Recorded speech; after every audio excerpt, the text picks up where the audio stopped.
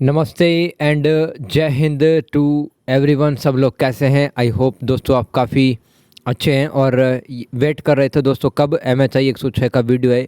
तो फाइनली दोस्तों मैंने एक वीडियो तैयार कर लिया आपके लिए, जिसमें शुरुआत के आपको 12-13 चैप्टर का जो क्वेश्चन आंसर है वो मिल जाएगा। भारत में विभिन्न युगों के दौरान सामाजिक संरचना का विकास, जून 2026 इस एग्ज़ाम की अपन तैयारी करेंगे बहुत ही धमाकेदार तरीके से दोस्तों। और लगभग क्वेश्चन हम पढ़ के जाएंगे, प्रैक्टिस करके जाएंगे। आपकी किताब में टोटल 33 चैप्टर है, 33 चैप्टर्स हैं। उनको क्वेश्चन एंड आंसर की हेल्प से मैं कंप्लीट करवाऊंगा। और दोस्तों आपका सवाल था कि इतना लेट वीडियो क्यों है, क्योंकि दोस्तों पहले तो मुझे आपकी किताब पढ़नी पड़ती है ना। मैंने लास्ट ईयर ही पढ़ी है मुझे, लेकिन जस्ट क्विक रिवीजन करना पड़ता, चीज़ों का देखना पड़ता थोरोली, तब जाके दोस्तों मैं आपको समझा पाता हूँ, ये वीडियो बन पाती, कंटेंट तैयार हो पाता है। Sorry for that. बट अभी पढ़ते हैं दोस्तों ईमानदारी के साथ में। 3 वीडियो आएंगी, ये पहला वीडियो है, पहला सेट है।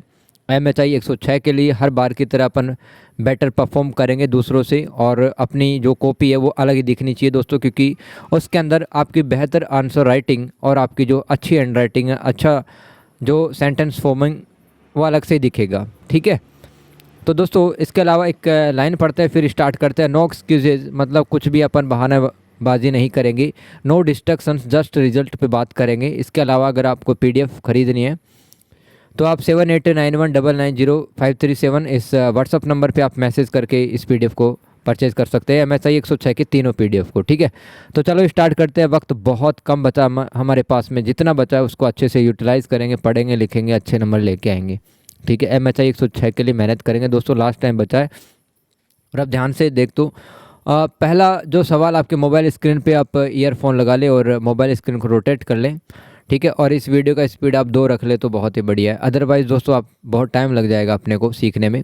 भारत के अतीत के पठन के विभिन्न स्रोतों की विवेचना कीजिए। यानी कि दोस्तों जो इंडिया का पास्ट है उसको पढ़ने के लिए कौन कौन से हमारे पास में सोर्सेज है, डिफरेंट काइंड ऑफ सोर्सेज, उनका जस्ट बता देना आपको। सबसे पहले भूमिका लिखेंगे। भारत का इतिहास अत्यंत प्राचीन और समृद्ध और बहुआयामी, यानी कि अलग अलग डायमेंशन पहलुओं पे इस पे बातें की जा सकती है।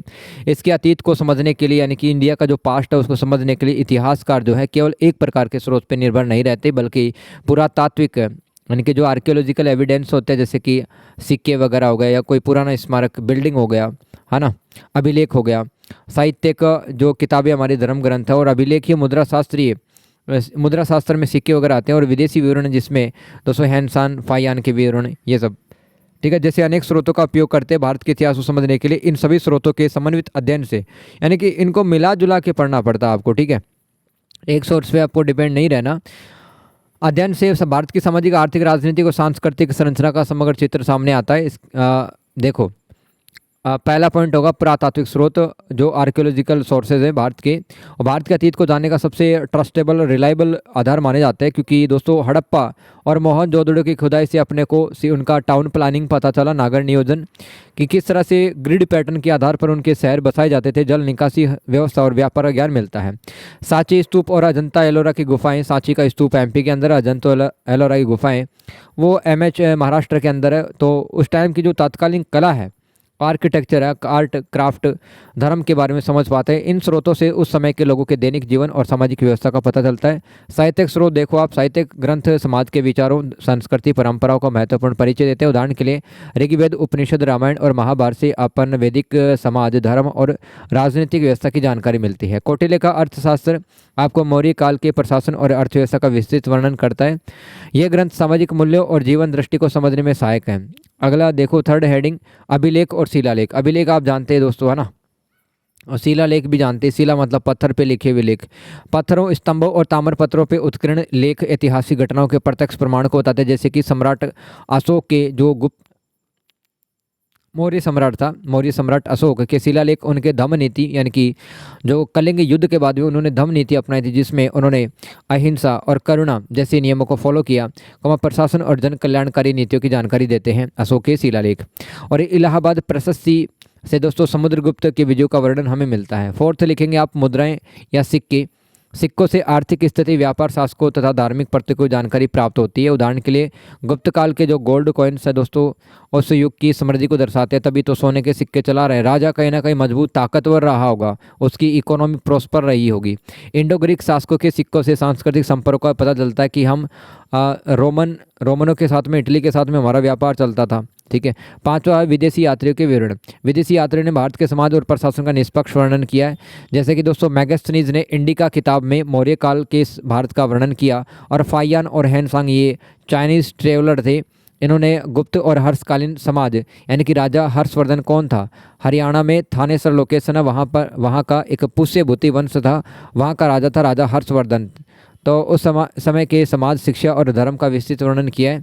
लोक परंपराएं एवं मौखिक स्रोत। लोकगीत, लोक कथाएं, वंशावलियाँ और जनश्रुतियाँ, लोगों के मुंह से सुनी हुई कहानियाँ भी सामाजिक इतिहास के महत्वपूर्ण स्रोत होते हैं। उदाहरण के लिए राजस्थान की पाबूजी और देवनारायण, ये लोक देवता हैं राजस्थान की। पाबूजी और देवनारायण से संबंधित लोक गाथाएं स्थानीय समाज, वीरता और सांस्कृतिक परंपरा को सुरक्षित रखती हैं।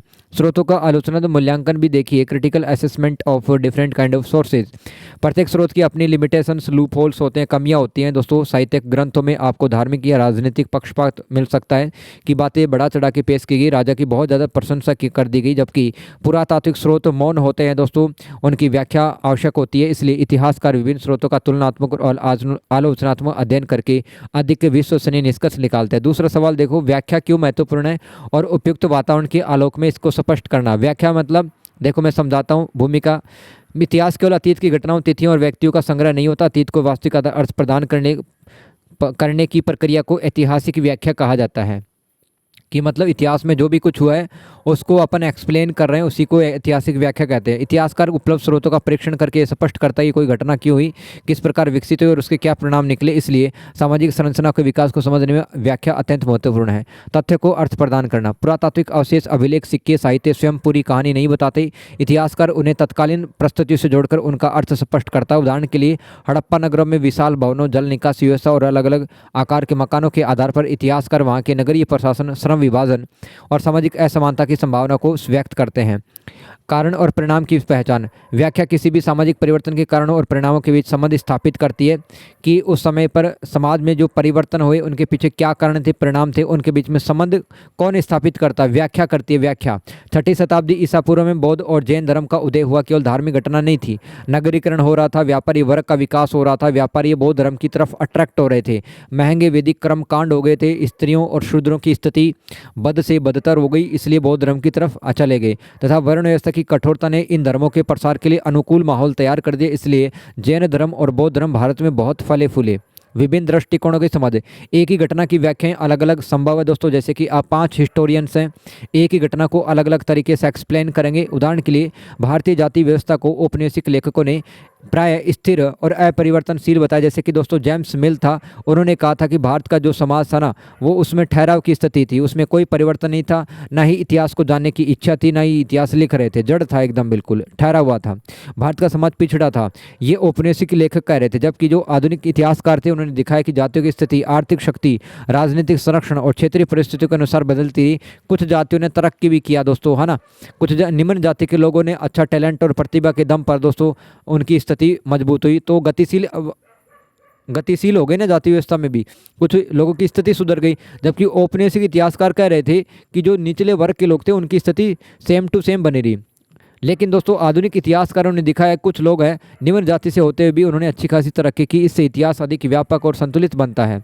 मौन समूह को इतिहास में स्थान मिलता है व्याख्या से। दोस्तों व्याख्या के माध्यम से महिलाओं, श्रमिकों, किसानों, जनजातियों और निम्न जातियों के अनुभव सामने आते हैं। औपनिवेशिक वन कानूनों ने, यानी कि ब्रिटिश सरकार ने दोस्तों भारत के जो वन थे, जंगल थे, उन पर कंट्रोल करने के लिए और वहाँ के संसाधनों पर कब्जा करने के लिए वन कानून बनाए थे।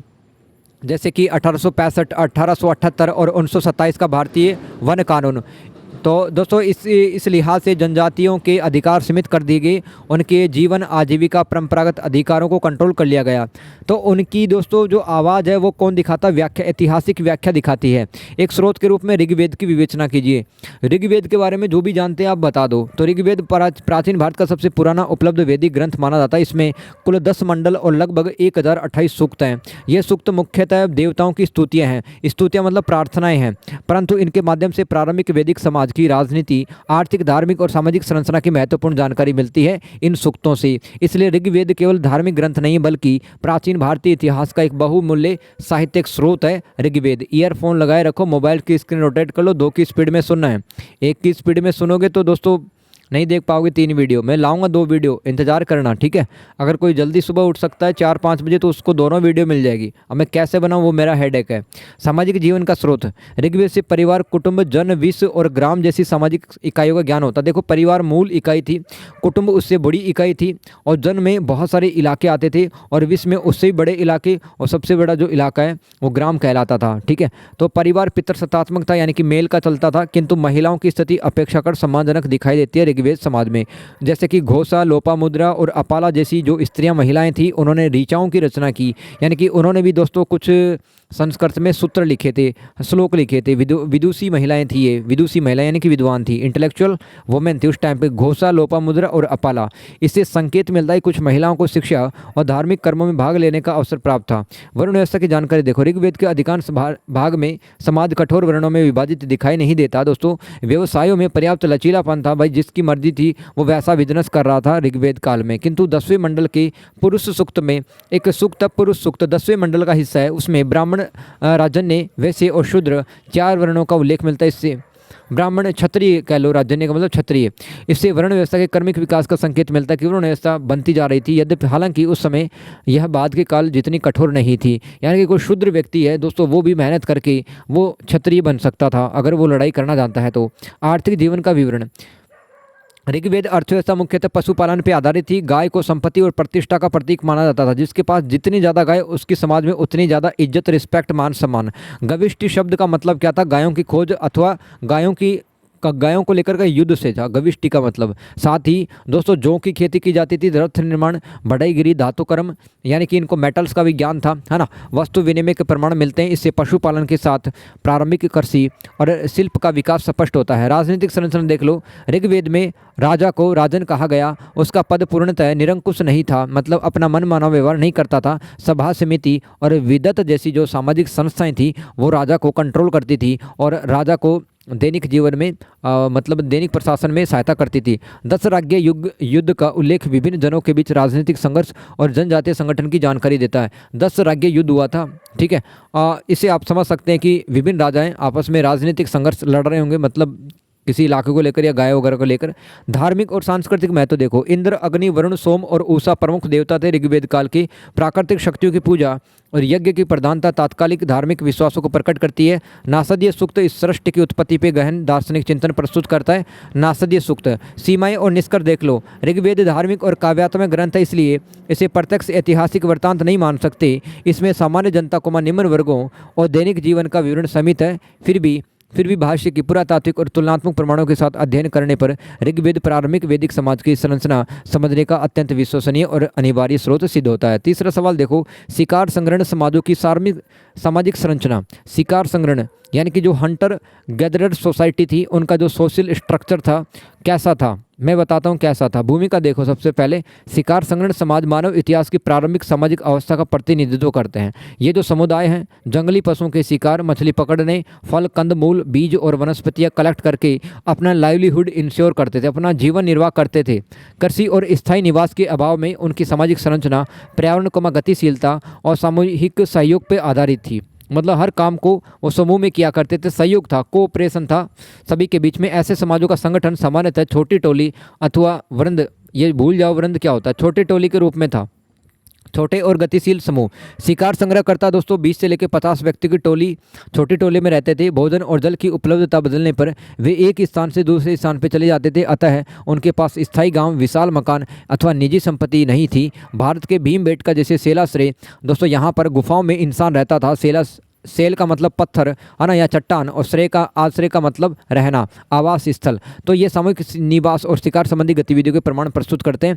रक्त संबंध और परिवार, इन समाजों में जो शिकारी संग्रह समाज था दोस्तों, वहाँ पर परिवार और नातेदारी सामाजिक संगठन का आधार थी। विवाह संबंध अलग अलग टोलियों के बीच सहयोग और संसाधनों के आदान प्रदान को बढ़ाते थे। यानी कि देख शादियाँ होती थी ना, तो दोस्तों संबंध मजबूत बनते थे, लड़के को अधिक संसाधन मिलते थे फिर, जैसे कि आज मिलते हैं। बच्चों, वृद्धों और अस्वस्थ सदस्यों की देखभाल सामूहिक रूप से की जाती थी। इस प्रकार व्यक्ति का अस्तित्व पूरे समूह से जुड़ा रहता था। श्रम विभाजन और सहयोग देखो, कार्य विभाजन दोस्तों मतलब कामों का जो बंटवारा है आयु, शारीरिक क्षमता और कौशल पे आधारित था। सामान्यतः पुरुष बड़े पशुओं का शिकार करते, जबकि महिलाएं फल, बीज, कंदमूल इकट्ठा करती, किंतु यह विभाजन कठोर या सर्वोत्तर समान नहीं था। भोजन को समूह में बांटना आवश्यक था, क्योंकि शिकार की सफलता अनिश्चित होती थी। उदाहरण के लिए बड़े पशु के शिकार को केवल शिकारी नहीं बल्कि पूरी टोली जो है, पूरा ग्रुप साझा करता था। आगे देखो, समानता और नेतृत्व है। अधिक संपत्ति संचित न कर पाने के कारण इनमें आर्थिक असमानता बहुत कम थी। स्थायी राजा, कर व्यवस्था या संगठित राज्य का अभाव था। अनुभवी शिकारी वर्ग अथवा कुशल व्यक्ति को सम्मान मिलता था, परंतु उसका जो अधिकार है वो अस्थायी और असहमति पे आधारित होता था। इसलिए इन समाजों को अपेक्षाकृत हम समतामूलक समाज कहेंगे कि संसाधनों का बराबर बंटवारा होता था। कर व्यवस्था नहीं थी, कोई राजा नहीं था इस टाइम पे, कोई राज्य नहीं था। विश्वास और सांस्कृतिक जीवन, प्रकृति, पशुओं और पूर्वजों से संबंधित विश्वास सामाजिक एकता को मजबूत करते थे। गुफा चित्रों से अपन शिकार, नृत्य, सामूहिक गतिविधियों का अंकन और उनके अनुष्ठानों तथा सांस्कृतिक जीवन का संकेत मिलता है। मध्यपाषाण, नवपाषाण चरण की निरंतरता और पालतू बनाने की प्रक्रिया का वर्णन करना है। कीवर्ड क्या है? मध्यपाषाण है और नवपाषाण है। तो पाषाण काल को 3 भागों में बांटते हैं ना, एक तो पूरा पाषाण, फिर मध्य पाषाण, फिर नवपाषाण। ठीक है, तो मध्य पाषाण से नवपाषाण चरण का जो परिवर्तन अचानक हुई क्रांति नहीं था, बल्कि एक लंबी और कर्मिक प्रक्रिया थी। मध्य पाषाण समुदाय मुख्यतः शिकार, मछली पकड़ने और खाद्य संग्रह पर निर्भर थे, जबकि नवपाषाण काल में कृषि और पशुपालन और स्थायी बस्तियों का विकास हुआ। फिर भी पुराने जीवन के अनेक तत्व इस चरण में बने रहे। इसी कारण इतिहास इसे निरंतरता यानी कि कुछ परंपराएं बनी रही, कंटिन्यूटी में चली आ रही थी और परिवर्तन भी हो रहा था। तो कुछ हिस्टोरियन इसे निरंतरता और परिवर्तन की संयुक्त प्रक्रिया मानते हैं। मध्यपाषाण परंपराओं की निरंतरता, नवपाषाण काल में प्रवेश के बाद भी शिकार और खाद्य संग्रह पूरी तरह समाप्त नहीं, यानी कि कुछ परंपराएं चल रही थी, निरंतरता थी। प्रारंभिक कृषि समुदाय खेती के साथ जंगली फल, कंदमूल, मछली और पशुओं पर डिपेंडेंट थे। मध्य पाषाण काल के छोटे पत्थर के जो औजार थे, सूक्ष्म पाषाण उपकरण नवपाषाण बस्तियों में मिलते थे। इससे सिद्ध होता है कि नई आर्थिक गतिविधियों ने पुरानी तकनीकों को तत्काल प्रतिस्थापित नहीं किया था। कुछ चीज़ें, कुछ औजार, हथियार अभी भी यूज में किए जा रहे थे। पर्यावरण और स्थायी निवास, जलवायु में सुधार, वर्षा की नियमितता हो गई और वनस्पतियों और पशुओं की बढ़ती उपलब्धता ने मानव को कुछ क्षेत्रों में अधिक समय तक रहने के लिए मोटिवेट किया। धीरे धीरे झोपड़ियाँ, भंडारण स्थल और सामूहिक बस्तियों का विकास हुआ। उदाहरण के लिए बागौर और आदमगढ़ जैसे स्थलों से शिकार, संग्रह और पशुपालन के बीच संक्रमण के प्रमाण मिलते हैं। पौधों को पालतू बनाने की प्रक्रिया, मनुष्य ने पहले जंगली अनाजों को कलेक्ट किया, उपयोगी बीजों को चुनकर बस्तियों के आसपास बोने और उनकी देखभाल करने से खेती प्रारंभ हुई। यह चयन कई पीढ़ियों तक चलता रहा, जिसमें गेहूं, जौ, चावल, दालों की घरेलू किस्में तैयार हुई। मेहरगढ़, ये पाकिस्तान की आज है, पाकिस्तान की सिटी है। मेहरगढ़ में गेहूं और जौ की खेती के प्रमाण मिले हैं। तो दोस्तों इससे कृषि की आरंभिक अवस्था हमें पता लगती है। पशुओं का पालतूकरण, डोमेस्टिकेशन ऑफ एनिमल्स, प्रारंभ में मनुष्य ने पशुओं के व्यवहार को समझा, है ना, कौन सा जानवर में रख सकता हूँ, कौन सा है दूध, मांस, है ना, चमड़े के लिए काम में आ सकता है, और उनके झुंडों को नियंत्रित करना सीखा। कुत्ता संभवतः शिकार में सहायक पहला पालतू पशु था। बाद में भेड़, बकरी, गाय को मांस, दूध, चमड़े और श्रम के लिए पाला गया। मेहरगढ़ से भेड़, बकरी और गोवंश पालन के प्रमाण प्राप्त हुए हैं। सामाजिक परिणाम एवं निष्कर्ष देखो भाई, पालतूकरण से भोजन का अपेक्षाकृत नियमित उत्पादन, अधिशेष जनसंख्या वृद्धि और स्थायी ग्राम जीवन संभव हुआ। साथ ही श्रम विभाजन, संपत्ति और सामाजिक भिन्नताओं की शुरुआत हुई। अतः मध्य पाषाण से नवपाषाण परिवर्तन पुरानी परंपराओं की निरंतरता पर आधारित एक कर्मिक, आर्थिक और सामाजिक रूपांतरण था। आगे देखो, हड़प्पा के सामाजिक संरचना पे टिप्पणी लिखी, बहुत इंपॉर्टेंट दोस्तों। हड़प्पा के मैंने एक ही सवाल बनाया है इस चैप्टर से, तो मतलब इंपॉर्टेंट मुझे लगा, इसको रट लो। मैं भी रट ले रहा हूँ क्योंकि मेरा भी एग्जाम है MHI 106 का। देखते हैं कौन कितना अच्छा कर पाता है ना। खैर मैंने तो पिछले साल ही पढ़ा था, बट आपके पास में बहुत अच्छा नॉलेज है। मेरा ये कोर सब्जेक्ट तो था नहीं कभी, बस ऐसे पढ़ते ही, और आपको मैं पढ़ा रहा हूँ फिलहाल। हड़प्पा के सामाजिक संरचना पर टिप्पणी लिखे। देखो, हड़प्पा सभ्यता लगभग 2600 ईसा पूर्व से 1900 ईसा पूर्व के बीच विकसित एक व्यापक नगरीय सभ्यता थी। लेकिन इसकी जो लिपि है, इसकी स्क्रिप्ट अभी तक रीडेबल नहीं है, पढ़ी नहीं जा सकी। सांकेतिक थी ना वो, है ना। इसलिए इसकी सामाजिक संरचना का ज्ञान मुख्यतः नगरों, मकानों, समाधियों, मोहरों और आभूषणों और शिल्प वस्तु जैसे पुरातात्विक प्रमाणों से प्राप्त होता है। इन प्रमाणों से हड़प्पाई समाज जो है संगठित, व्यवसाय, विभाजित और सामाजिक भिन्नताओं वाला दिखाई देता है। नगरीय और ग्रामीण समुदाय देख लो। हड़प्पा समाज में मोहनजोदड़ो और हड़प्पा, धोलावीरा और कालीबंगा जैसे बड़े नगरों के साथ छोटे कस्बे तथा ग्रामीण बस्तियाँ भी थी। गाँव के कृषक किसान जो थे नगरों को, देखो गांव के जो किसान है ना, वो शहरों को गेहूं, जो तिल, कपास, पशु उत्पाद उपलब्ध कराते थे। इसी प्रकार जो नगर और गांव परस्पर निर्भर सामाजिक इकाइयाँ थी। सामाजिक स्त्रीकरण क्या होता है दोस्तों? मतलब आपकी सामाजिक और आर्थिक स्थिति के आधार पर आपकी एक स्थिति ना, पोजीशन है ना समाज में, क्या इज्जत है आपकी, है ना, इनकम के बेसिस पे, आपके एजुकेशन के बेसिस पे, वो स्त्रीकरण कहलाता है।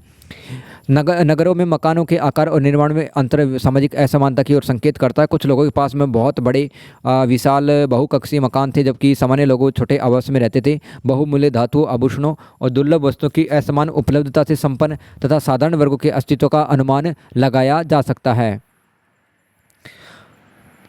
फिर भी मिस्र जैसे दोस्तों सिंधु घाटी सभ्यता में बहुत बड़े बड़े राजमहल नहीं मिलेंगे और भव्य शासकीय समाधियों का अभाव मिलता है। मिस्र मतलब इजिप्ट, जिसको कहते हैं आप इजिप्ट कंट्री, वैसे यहाँ पे कोई महल वगैरह नहीं मिले हैं, कोई भव्य शासकीय समाधियाँ भी नहीं मिली हैं। कहाँ पे? सिंधु घाटी सभ्यता में, इंडस वैली सिविलाइजेशन में। अभाव बताता है कि सामाजिक विषमता अत्यधिक प्रदर्शनकारी तो थी नहीं, लेकिन फिर भी अंतर तो था। मतलब बड़े लोगों के पास में बड़े कमरे थे, छोटे लोगों के पास छोटे कमरे थे। व्यवसाय और शिल्पकार वर्ग। हड़प्पाई समाज में किसान, पशुपालक, व्यापारी, कुम्हार, धातुकर्मी कौन है दोस्तों? जो कि मेटल का काम कर रहा था वहाँ पे, मनक का निर्माता, राजमिस्त्री और मोहर निर्माता जैसे अनेक व्यावसायिक समूह थे। चनहुदड़ो मनक का निर्माण और लोथल जो है, ये गुजरात का एक नगर बंदरगाह था। लोथल व्यापार और शिल्प का महत्वपूर्ण केंद्र था। मानकीकृत बाट माप और मतलब बाट माप स्टैंडर्डाइज था, मतलब वजन मापने के कुल मिला के इनके पास तरीके थे। और समान प्रकार की जो ईंटें हैं, जिनकी लंबाई, चौड़ाई, ऊंचाई फिक्स हुआ करती थी, कि ईंटें संगठित उत्पादन और नियंत्रण का प्रमाण देती हैं। आगे देखो, व्यापारी और प्रशासक समूह। मेसोपोटामिया यानी कि ईरान से व्यापार बंदरगाहों और मोहरों का प्रयोग एक प्रभावशाली व्यापारी वर्ग की ओर संकेत करता। नगर योजना को जल निकासी, अन्नागार और सार्वजनिक संरचनाओं के निर्माण से किसी संगठित प्रशासनिक समूह की उपस्थिति स्पष्ट होती है, हालांकि शासक का वास्तविक स्वरूप निश्चित नहीं है। परिवार, स्त्रियाँ और विश्वास देख लो भाई, विश्वास। मरण मूर्तियों में किस स्त्री आकृतियों की अधिकता को कभी कभी मातृ देवी पूजा से जोड़ा गया, कि मतलब मातृ देवी की पूजा करते रहे होंगे, पर इनके आधार पर समाज को मात्र सत्तात्मक नहीं कहा जा सकता है। कब्रों में शव के स्थान पर मिट्टी के बर्तन और आभूषण रखना परलोक संबंधी विश्वासों को संकेत देता है। यानी कि जितना अमीर व्यक्ति होगा उसके पास साथ में कुत्ते वगैरह दफना दिए जाते थे, महंगे महंगे बर्तन भी दफना दिए जाते थे। सामान्य व्यक्ति की कब्रों में आपको ये सब नहीं मिलेगा, ताकि वो व्यक्ति मरने के बाद में जो दूसरा जीवन स्टार्ट होता है उसमें भी उन सुविधाओं को भोगेगा जो कि इस दुनिया में रहकर उसने भोगी थी। ठीक है, आगे देखो, वैदिक काल में वर्ण की भूमिका पर प्रकाश डालिए, साथ ही वैदिक ग्रंथ में कर्म कांडों की भूमिका की विवेचना भी कीजिए। तो थोड़ा सा सब्र रखो, अगर ये वाला वीडियो है ना बहुत अच्छे से देखो, क्योंकि इसके अंदर मैंने शुरुआत के 12 चैप्टर कंप्लीट कर दिए है ना। 12 में से बहुत सारे सवाल आपको दिख जाएंगे, एज इट इज़ दिख जाएंगे, जैसा कि हर एग्ज़ाम में दिखते हैं। ठीक है, और बाकी की 2 वीडियो है दोस्तों, वो आप अर्ली मॉर्निंग मतलब 4-5 बजे भी देख सकते हैं, वो अवेलेबल रहेगी। तो इस तरह से हम किताब की अच्छी तैयारी करके जाएंगे। वैदिक काल में वर्ण की भूमिका पर प्रकाश डालिए, साथ ही वैदिक ग्रंथ में कर्म कांडों की भूमिका की विवेचना भी कीजिए। तो वैदिक काल में सामाजिक संरचना और धार्मिक जीवन के विकास में वर्ण व्यवस्था तथा कर्म कांडों की केंद्रीय भूमिका थी। वैदिक काल में प्रारंभिक ऋग्वेदिक समाज अपेक्षाकृत सरल था, जनजाति था और लचीला था, किंतु उत्तर वैदिक काल में कृषि विस्तार हुआ, अधिशेष उत्पादन हुआ, यानी कि एक्स्ट्रा जो अनाज है बचने लगा। राज्य निर्माण और पुरोहित वर्ग की बढ़ती शक्ति के कारण समाज अधिक श्रेणीबद्ध हो गया। इसी प्रक्रिया में 4 वर्णों और विस्तृत यज्ञ कर्म कांडों को व्यवस्थित रूप प्राप्त हुआ। प्रारंभिक वैदिक काल में वर्ण देखिए, ऋग्वेद के आरंभिक भागों में समाज का विभाजन कठोर और जन्म आधारित नहीं दिखाई देता। व्यक्ति की प्रतिष्ठा उसके कौशल, कार्य और जनजातीय स्थिति से जुड़ी थी। पुरोहित, योद्धा, पशुपालक और कर्षक जैसे कार्य अवश्य थे, किंतु इनके बीच पूर्ण सामाजिक अवरोध नहीं था। ऋग्वेद में एक व्यक्ति के पिता को वैद्य, माता को अनाज पीसने वाली और स्वयं को कवि बताए जाने से व्यवसायगत लचीलेपन का संकेत मिलता है। आगे देखो, नेक्स्ट हेडिंग, 4 वर्णों का विकास। ऋग्वेद के 10वें मंडल के पुरुष सूक्त में ब्राह्मण, राजन्य यानी कि क्षत्रिय, वैश्य और शूद्र कौन होता है? जो मेहनत करता है, समाज के काम करता है। वैश्य मतलब जो व्यापार वाणिज्य की क्रिया में शामिल होता है। राजन्य के क्षत्रिय मतलब जो समाज को डिफेंड करेगा, ठीक है, अटैक से बचाएगा। ब्राह्मण नैतिक उपदेश देना, है ना, और धार्मिक अनुष्ठान करवाना। तो उत्तर वैदिक काल में ब्राह्मणों ने ब्राह्मणों ने धार्मिक ज्ञान और यज्ञों पर अधिकार स्थापित किया। क्षत्रिय शासन तथा युद्ध से जुड़े थे, वैसे कृषि और पशुपालन व्यापार करते थे, जबकि शूद्रों को सेवा मूलक कार्यों से जोड़ा गया। इस व्यवस्था ने श्रम विभाजन को सामाजिक और धार्मिक मान्यता प्रदान की थी। वर्ण व्यवस्था की सामाजिक भूमिका देख लो। वर्णों ने समाज के विभिन्न कार्यों को संगठित किया, परंतु साथ ही असमानता को बढ़ा दिया। ब्राह्मण और क्षत्रिय विशेष अधिकार प्राप्त वर्ग बनने लगे, जबकि वैसे कर और उपहार देने वाले उत्पादक वर्ग के रूप में उभरे। शूद्रों को कई वैदिक अनुष्ठानों और शिक्षा से वंचित किया गया। इसी प्रकार वर्ण व्यवस्था धीरे धीरे जन्म, प्रतिष्ठा और अधिकार से जुड़ती गई। वैदिक ग्रंथों में कर्मकांड देख लो भाई। ब्राह्मण ग्रंथों जैसे शतपथ ब्राह्मण और ऐतरेय ब्राह्मण में यज्ञों की विधियों का वर्णन किया गया। अग्निहोत्र, सोम यज्ञ और राजसूय और वाजपेय और अश्वमेध जैसे अनुष्ठान धार्मिक होने के साथ राजनीतिक और सामाजिक अर्थ भी रखते हैं। उदाहरण के लिए राजसूय यज्ञ राजा की वैधता बढ़ाएगा, यानी कि जो वहाँ की जनता है वो मान लेगी हमारा राजा तो यही है, यह इसी पे देवताओं की कृपा है। और जो राजसूय यज्ञ राजा की वैधता और प्रभुत्व को, दबदबे को स्थापित करता था, जबकि अश्वमेध उसकी क्षत्रिय शक्ति का प्रदर्शन था। मतलब जहाँ तक घोड़ा जाएगा वहाँ तक साम्राज्य मेरा होगा, और कोई अगर घोड़े को रोक लेगा तो युद्ध करना पड़ेगा। कर्मकांड और पुरोहित वर्ग। जटिल यज्ञों के संचालन के लिए विशेष ज्ञान की आवश्यकता थी, जिससे ब्राह्मणों की शक्ति प्रतिष्ठा बढ़ गई। यज्ञों में दक्षिणा के रूप में गाय, भूमि और धन दिए जाने से पुरोहित वर्ग आर्थिक रूप से मजबूत हुआ। कर्मकांडों ने वर्ण व्यवस्था को देवीय और पवित्र आधार प्रदान किया। शहरीकरण और राज्य ढांचा के विकास में धातु कर्म के निहितार्थ की विवेचना कीजिए। बहुत इंपॉर्टेंट दोस्तों, और मुझे लग रहा है कि सेम टू सेम ही आपको एग्जाम के अंदर दिख जाएगा। शहरीकरण और राज्य ढांचा के विकास में दोस्तों धातु क्रम, मतलब जो लोहे का जो आविष्कार हुआ, ठीक है, उसके बाद में क्या क्या व्यवस्थाएं बदली वो देखते हैं अपन। और विशेष रूप से शहरीकरण और राज्य के ढांचे में विकास हुआ। देखो आगे देखो, भूमिका याद करो। प्राचीन भारत में धातु क्रम केवल औजार बनाने की तकनीक नहीं था, बल्कि कृषि विस्तार, अधिशेष उत्पादन, शिल्प विभाजन, यानी कि दोस्तों जो कारीगर थे वो भी आपस में अलग अलग काम करने लग गए। व्यापार, शहरीकरण और राज्य निर्माण का महत्वपूर्ण आधार था। क्या था? धातु क्रम विशेष तांबा, कांसा और बाद में लोहे के व्यापक उत्पादन ने आर्थिक तथा सामाजिक संरचना में गहरा परिवर्तन उत्पन्न किया। इसलिए नगरों और संगठित राज्यों के विकास को धातु प्रौद्योगिकी से अलग करके नहीं समझा जा सकता है। कृषि विस्तार में लोहे की भूमिका देखो। लोहे के कुल्हाड़े और हल के फाल ने घने जंगलों को साफ करने तथा कठोर मिट्टी को जोतने में सहायता दी। गंगा घाटी में लोह उपकरणों के प्रसार से कृषि भूमि का विस्तार और उत्पादन बढ़ा, क्योंकि लोहे से दोस्तों गहरी एक तो जुताई की जा सकती है और साथ में दोस्तों बड़े भाग पर जंगल काटे जा सकते हैं। कृषि भूमि का विस्तार किया जा सकता है। उदाहरण के लिए अंतरंजी खेड़ा, हस्तिनापुर, कौशाम्बी से प्राप्त लोह उपकरण कृषि और स्थायी वस्तु के विकास की ओर संकेत करते। बड़े उत्पादन ने नगरों के लिए आवश्यक खाद्य अधिशेष उपलब्ध कराया। शहरीकरण और अधिशेष उत्पादन, जब किसान अपनी आवश्यकता से अधिक अनाज पैदा करने लगे, तब समाज के कुछ लोग कृषि से मुक्त होकर कुम्हार, बढ़ई, व्यापारी और सैनिक और धातुकार जैसे विशेष व्यवसाय अपनाने लगे थे। यही श्रम विभाजन जो है, मतलब कामों का बंटवारा हो गया। ये कामों का जो बंटवारा हुआ उससे नगरों के विकास हुआ दोस्तों। 6ठी शताब्दी ईसा पूर्व में राजगृह, वाराणसी, श्रावस्ती और वैशाली जैसे नगर जो हैं कृषि अधिशेष तथा शिल्प उत्पादन से समृद्ध हुए। आगे देखो, शिल्प और व्यापार का विकास। धातुकारों ने हथियार, कृषि औजार, आभूषण और दैनिक उपयोग की वस्तुएं बनाई। तांबे और लोहे जैसे कच्चे माल की प्राप्ति के लिए दूर वाले इलाकों से संपर्क करना आवश्यक था। इससे व्यापारिक मार्ग, बाजार और व्यापारी समुदाय विकसित हुए। धातु मुद्राओं, विशेषकर आहत सिक्के, आहत मतलब जिस पे ठप्पे लगाए जाते थे वो आहत सिक्के कहलाते थे, ने विनिमय को सरल बनाया। नगरीय अर्थव्यवस्था को गति दी। राज्य सत्ता और सैन्य शक्ति। लोहे के हथियारों ने सेना को अधिक प्रभावशाली बनाया। शक्तिशाली राज्यों ने कृषि क्षेत्रों, खानों, व्यापारिक मार्गों और नगरों पर नियंत्रण स्थापित किया। मगध की उन्नति। मगध इतना ताकतवर क्यों था? एक तो नदियों के संगम पे बसा हुआ था, ठीक है, एक लोकेशन स्ट्रेटेजिक थी इसकी। मगध की उन्नति में उपजाऊ भूमि, लोह एस्क की उपलब्धता, है ना, लोहे की खानें थी इसके पास में, मगध महाजनपद के पास में, और मजबूत सैन्य संगठन की महत्वपूर्ण भूमिका माने जाते हैं। कर संग्रह से राजा स्थायी सेना और प्रशासन चला सका। सामाजिक परिणाम देखो, धातु क्रम के विकास से कुशल कारीगरों, व्यापारियों और सैनिकों का महत्व बढ़ा। साथ ही उत्पादन और संसाधनों पर असमान नियंत्रण ने सामाजिक स्तरों और आर्थिक विषमता को जन्म दिया। अरे यार, ये डॉगी यहीं पे भौंक रहा घर के सामने, भाई चला जा यार दूर। 6ठी शताब्दी ईसा पूर्व के आसपास भौतिक संस्कृति में होने वाले बदलावों की विवेचना कीजिए। डोगे से ऐसे नहीं माने गए। 6ठी शताब्दी ईसा पूर्व के आसपास भौतिक संस्कृति में होने वाले बदलावों की विवेचना कीजिए। क्या क्या चेंजेस हो रहे थे, है ना, भौतिक संस्कृति में। देखो भौतिक संस्कृति का मतलब बर्तन, मकान, नगर, सिक्के, ये सब। तो 6वीं शताब्दी ईसा पूर्व के आसपास उत्तर भारत के भौतिक संस्कृति में व्यापक परिवर्तन दिखाई देते हैं।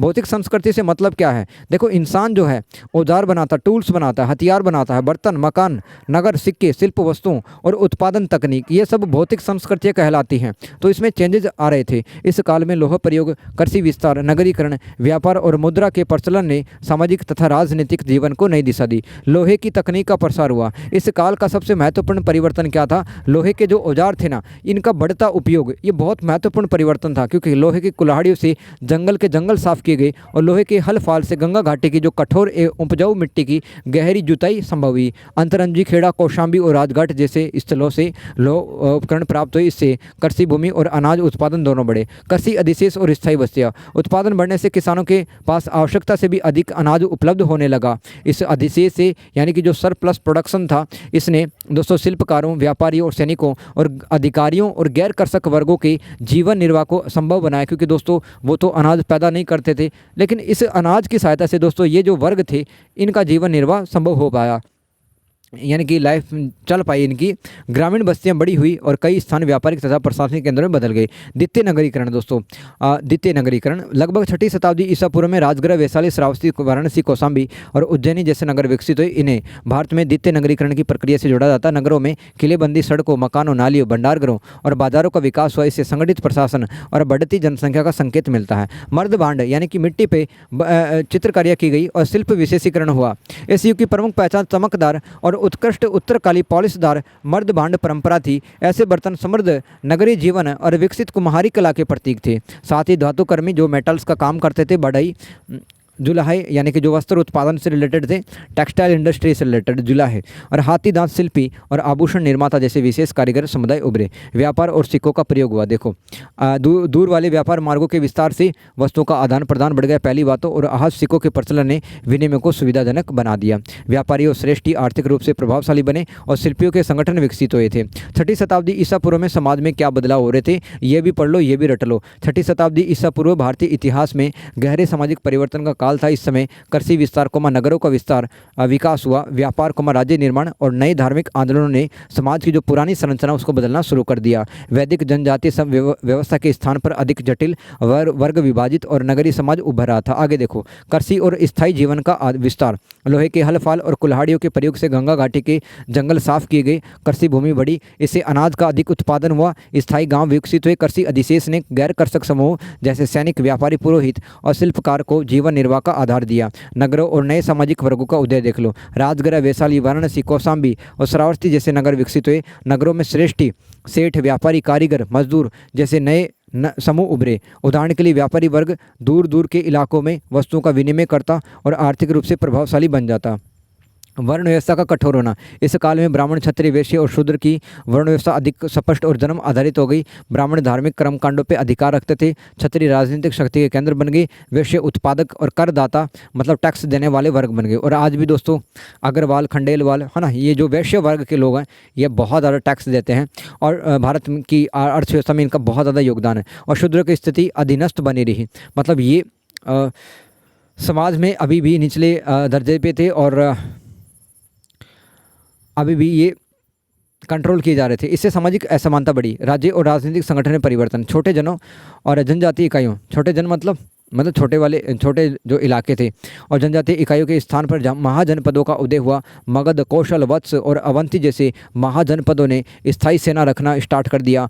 कर व्यवस्था शुरू हुई, प्रशासन विकसित हुआ। इससे राजा और शासक वर्ग की शक्ति बढ़ी और सामान्य जनता पर टैक्स का दबाव भी बढ़ा। धार्मिक और वैचारिक परिवर्तन भी हुआ। महंगे यज्ञों, पशु बलि और वर्ण आधारित भेदभाव के विरुद्ध असंतोष बढ़ा। इसी वातावरण में बौद्ध और जैन धर्म का उदय हुआ। महावीर और महात्मा बुद्ध ने कर्म, नैतिकता, अहिंसा और व्यक्तिगत आचरण पर बल दिया। इन विचारों को व्यापारी और नगरवासी वर्गों का व्यापक समर्थन मिला, क्योंकि दोस्तों व्यापारी भी ऐसा अल्टरनेटिव रिलीजन देख रहे थे जो कि मतलब बहुत ज़्यादा जटिल कॉम्प्लेक्स नहीं हो, इसलिए व्यापारी वर्ग भी है वो बौद्ध धर्म की तरफ अट्रैक्ट होने लग गया। स्त्रियों और अधीनस्थ समूहों की स्थिति। पितृसत्तात्मक व्यवस्था मजबूत हुई और स्त्रियों की स्वतंत्रता अपेक्षाकृत सीमित होने लगी। शूद्रों तथा दासों को भी सामाजिक और धार्मिक अधिकारों से वंचित रखा गया, फिर भी नए धार्मिक संघों ने कुछ हद तक वैकल्पिक सामाजिक अवसर प्रदान किए। मध्य और प्रायद्वीपीय भारत में बौद्ध धर्म के प्रसार के लिए दोस्तों उत्तरदायी कुछ सामाजिक कारकों का विवेचन कीजिए। क्यों हुआ बौद्ध धर्म का प्रचार प्रसार मध्य और प्रायद्वीपीय भारत में? तो भूमिका देखो, मध्य और प्रायद्वीपीय भारत में बौद्ध धर्म का प्रसार केवल राजकीय संरक्षण का परिणाम नहीं था, मतलब कुछ राजा सपोर्ट भी कर रहे थे बौद्ध धर्म को प्रमोट करने के लिए। इसके पीछे दोस्तों व्यापारिक मार्गों का विस्तार हुआ, है ना, मतलब ये भी कारण जिम्मेदार थे बौद्ध धर्म को फैलने के लिए। नगरीकरण हो रहा था, शहर बन रहे थे, शिल्पकारों तथा व्यापारियों का उदय हुआ, वर्ण व्यवस्था से असंतोष हुआ लोगों में। बौद्ध संघों की समावेशी प्रकृति, मतलब बौद्ध संघ में कोई भी व्यक्ति आ सकता था, कोई भी धर्म का संप्रदाय का, जैसे अनेक सामाजिक कारक उत्तरदायी थे। इन कारणों से बौद्ध धर्म विभिन्न समुदायों के लिए आकर्षक बना। पहला हेडिंग होगा व्यापारिक मार्गों और नगरों का विकास। इस कारण से बौद्ध धर्म फैला। मध्य भारत और दक्कन से होकर उत्तर भारत को और पश्चिमी तथा दक्षिण समुद्री तटों से जोड़ने वाले व्यापारिक मार्ग गुजरते थे। बौद्ध भिक्षु इन्हीं रास्तों से यात्रा करते थे। सांची, बरहुत, नासिक, कार्ले और अमरावती जैसे बौद्ध केंद्र व्यापारिक मार्गों के निकट विकसित हुए। इन स्थानों पर स्थित विहार जो है यात्रियों और व्यापारियों को विश्राम तथा सुरक्षा प्रदान करते थे। व्यापारी वर्ग का समर्थन। बौद्ध धर्म ने व्यापार और धन संचय को धार्मिक दृष्टि से पूर्णतः निंदनीय नहीं माना, मतलब आप पैसा इकट्ठा कर सकते हैं। वह दान, सदाचार, अच्छे आचरण रखो, संयम, अपने इमोशंस पे कंट्रोल लेके आओ। इसलिए सेठों, श्रेष्ठियों और व्यापारिक संघों ने स्तूपों और व्यवहारों को उदारतापूर्वक दान भी दिया। उदाहरण के लिए कार्ले और नासिक के अभिलेखों में व्यापारियों, शिल्पियों और व्यापारिक संघों द्वारा गुफाओं तथा जल कुंडों के निर्माण का उल्लेख मिलता है। शिल्पकारों और निम्न सामाजिक समूह की भागीदारी। ब्राह्मणवादी व्यवस्था में अनेक व्यवसायों और समूहों की जो सामाजिक स्थितियाँ निम्न मानी जाती थी। इसके विपरीत बौद्ध संघ में दोस्तों व्यक्ति की प्रतिष्ठा, जन्म के बजाय आप कैसा बिहेव करेंगे, है ना, और क्या काम करेंगे, उस स्थिति पे बौद्ध धर्म में स्थिति उसकी डिसाइड होती थी। कुम्हार, लोहार, बुनकर, हाथीदांत कारीगर और अन्य शिल्पकार बौद्ध धर्म संस्थाओं के दानदाता बन गए। सांची और बरहुत के अभिलेखों में सामान्य स्त्री और पुरुष दानदाताओं के नाम मिलते हैं। वर्ण व्यवस्था और कर्म कांडों से असंतोष। महंगे यज्ञ, पशु बलि, ब्राह्मणों के विशेष अधिकार समाज के अनेक वर्गों के लिए स्वीकार्य नहीं थे। दोस्तों सबके पास इतना पैसा नहीं था कि वो इतने महंगे कर्मकांड कर सके। बौद्ध धर्म ने अहिंसा, करुणा, नैतिकता और सरल उपासना का मार्ग प्रस्तुत किया कि आप भी भगवान का साक्षात्कार कर सकते हैं। इससे वैश्य, शूद्र और जनजातीय समुदाय उनकी तरफ अट्रैक्ट हो गए। स्त्री और स्थानीय समुदाय के लिए अवसर। दोस्तों भिक्षुणी संघ की स्थापना ने स्त्रियों को धार्मिक जीवन का वैकल्पिक रास्ता दे दिया। बौद्ध धर्म ने स्थानीय देवी देवताओं और प्रतीकों को भी अपने धार्मिक संसार में समाहित कर लिया, यानी मिला लिया। इससे वह मध्य और प्रायद्वीपीय भारत की विविध संस्कृतियों के अनुकूल बना रहा और इसलिए दोस्तों ज़्यादा से ज़्यादा लोगों ने ब्राह्मण धर्म से मुंह मोड़ते हुए बौद्ध धर्म को अपना लिया। भारत में हो रहे दूसरे शहरीकरण की प्रकृति की विवेचना कीजिए। तो भारत में दूसरे शहरीकरण से मतलब क्या है? छठी शताब्दी ईसा पूर्व के आसपास गंगा घाटी और उत्तर भारत में नगरों के पुनः उभरने की प्रक्रिया है। दूसरा शहरीकरण का ये मतलब है। पहला शहरीकरण कब हुआ था? हड़प्पा सभ्यता में, जबकि दूसरा शहरीकरण लौह प्रौद्योगिकी, कृषि अधिशेष, व्यापार, मुद्रा और राज्यों के विकास से जुड़ा था। इसकी प्रकृति केवल आर्थिक नहीं बल्कि सामाजिक, राजनीतिक और सांस्कृतिक भी थी। कृषि अधिशेष पर आधारित शहरीकरण, तो इसमें लिखना लोहे के हल और फाल कुल्हाड़ियों से गंगा घाटी के जंगल साफ किए गए तथा कृषि भूमि का विस्तार हुआ। अधिक उत्पादन से अधिशेष पैदा हो गया, जिससे गैर कृषक जो समूह थे जैसे कि शिल्पकार, व्यापारी, सैनिक और अधिकारी, इनको 200 अनाज मिलता रहा, जीवन निर्वाह इनका चलता रहा। इसी अधिशेष ने नगरों की जनसंख्या और बाजारों को बनाए रखा। नगरों का बहुकार्यात्मक स्वरूप, बहुत काम थे शहरों में। दूसरे शहरीकरण के नगर केवल निवास स्थल नहीं थे, वे प्रशासनिक काम के लिए भी काम आते थे। व्यापारिक, धार्मिक और शिल्प उत्पादन के केंद्र थे। राजगृह राजनीतिक राजधानी था। राजगृह वाराणसी वस्त्र उत्पादन के लिए फेमस था। कौशाम्बी व्यापार और प्रशासन के लिए, और श्रावस्ती नगर धार्मिक गतिविधियों का प्रमुख केंद्र बन गया। इससे नगरों की विविध प्रकृति स्पष्ट दिखाई देती है कि अलग मतलब एक विशेष शहर है, विशेष काम के लिए फेमस था। व्यापार, मुद्रा और शिल्प का विकास हुआ। स्थानीय और दूरगामी व्यापार के विस्तार से व्यापारी और श्रेष्ठी वर्ग शक्तिशाली हुआ। आहत सिक्कों के प्रचलन ने वस्तु विनिमय को सरल बनाया। कुम्हार, लोहार, बुनकर, हाथीदांत शिल्पी और आभूषण निर्माता जैसे विशेषज्ञ समूह उभरे। उत्तरी काली पॉलिशदार मर्द भांड समृद्ध नगरीय जीवन का महत्वपूर्ण संकेत है। राज्य और नगर का संबंध देख लो। महाजनपदों के विकास ने नगरों को प्रशासनिक और सैन्य आधार प्रदान किया। मगध, कौशल, वत्स और अवंती जैसे राज्यों ने कर संग्रह, स्थायी सेना और अधिकारियों की व्यवस्था विकसित की। नगर जो है राज्य सत्ता, कर व्यवस्था और धार्मिक मार्गों के नियंत्रण के केंद्र बने। सामाजिक और धार्मिक परिवर्तन देख लो। नगरों में व्यापारी, शिल्पकार, मजदूर और भिक्षु जैसे नए सामाजिक समूह उभरे। वर्ण व्यवस्था के बाहर भी आर्थिक प्रतिष्ठा का महत्व बन गया। यानी कि दोस्तों वर्ण व्यवस्था में अगर आप नहीं भी आते हैं तब भी आप व्यापार करके शिल्पकार बन के मतलब अपनी आर्थिक प्रतिष्ठा बढ़ा सकते हैं। बौद्ध और जैन धर्मों को विशेष रूप से व्यापारियों तथा नगरवासियों का समर्थन मिला, क्योंकि उन्होंने सरल नैतिकता और कर्मकांड विरोध का मार्ग प्रस्तुत किया था। 6ठी शताब्दी ईसा पूर्व से 4ठी शताब्दी ईस्वी के काल में गिल्डों के उदय की समीक्षा करें। यहाँ पे वापस से आ गए गिल्ड। मैं बता चुका हूँ, 10 लाख बार बता चुका हूँ गिल्ड क्या होते हैं। ये व्यापारियों के दोस्तों एसोसिएशन, संघ होते हैं, और उनका स्वरूप क्या था, कार्य और संगठन कैसा था गिल्डों का। तो 6ठी शताब्दी ईसा पूर्व से 4ठी शताब्दी ईस्वी के बीच कृषि अधिशेष, नगरों, व्यापार, मुद्रा और शिल्प विशेषीकरण के विस्तार से गिल्डों अथवा श्रेणियों का उदय हुआ। ये समान व्यवसाय करने वाले शिल्पियों और व्यापारियों के संगठित निकाय थे। जैसे बौद्ध जैन ग्रंथों जातकों यानी कि महात्मा बुद्ध की पिछली कहानी हो, जन्मों की पिछली कहानी हो, अभिलेख हो, और धर्मशास्त्रों में इनका स्वरूप, कार्य और आर्थिक प्रभाव की जानकारी मिलती है। गिल्डों के उदय की पृष्ठभूमि, द्वितीय शहरीकरण के दौरान दोस्तों राजगृह, वाराणसी, कौशाम्बी, उज्जैनी और मथुरा जैसे नगर जो हैं शिल्प तथा व्यापार के केंद्र बने।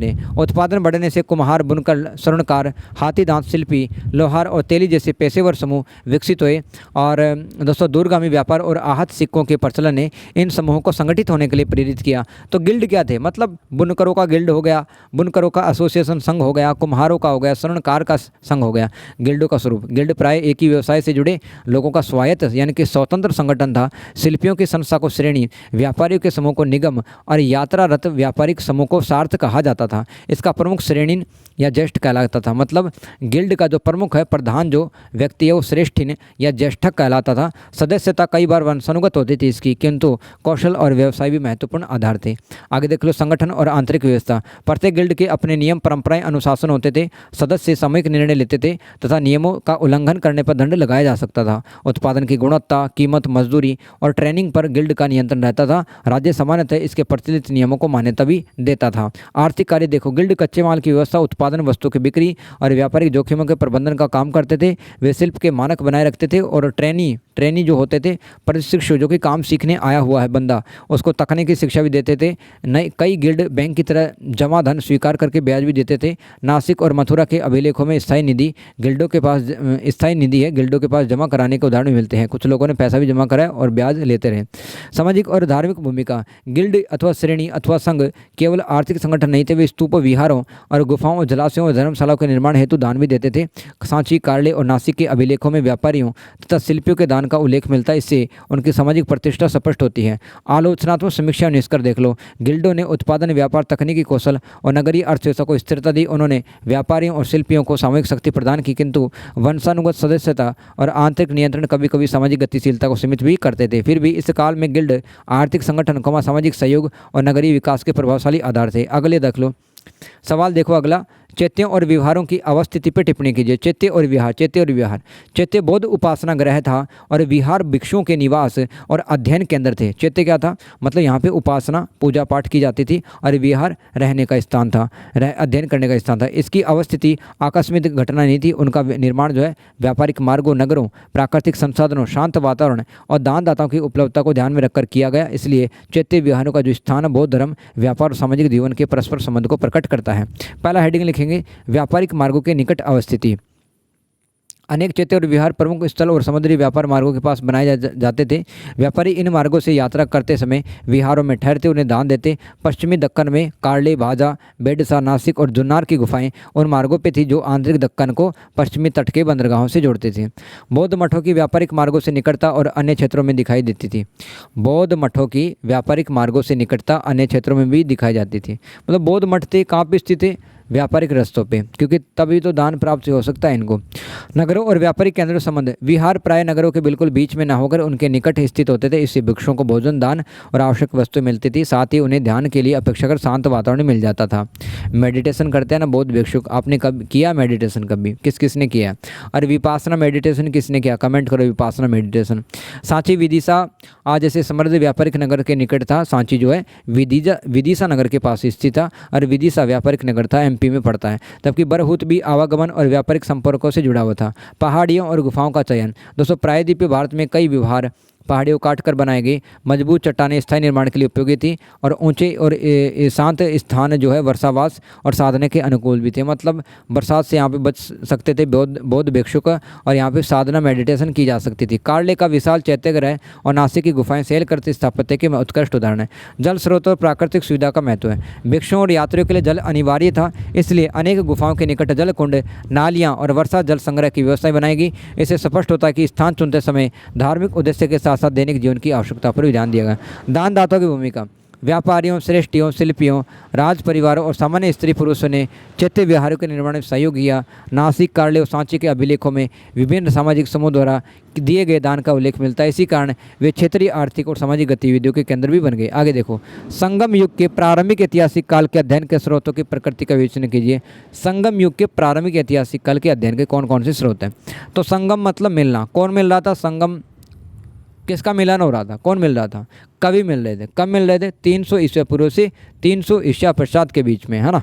तो 600 साल के बीच में संगम साहित्य भी लिखा गया यहाँ पे, और ये प्राचीन तमिलकम का एक युग था। तो संगम युग दक्षिण भारत के प्रारंभिक ऐतिहासिक काल को समझने का महत्वपूर्ण आधार है। सामान्यतः यह काल लगभग 3री शताब्दी ईसा पूर्व से 3री शताब्दी ईस्वी तक, यानी कि 600 सालों का टाइम था।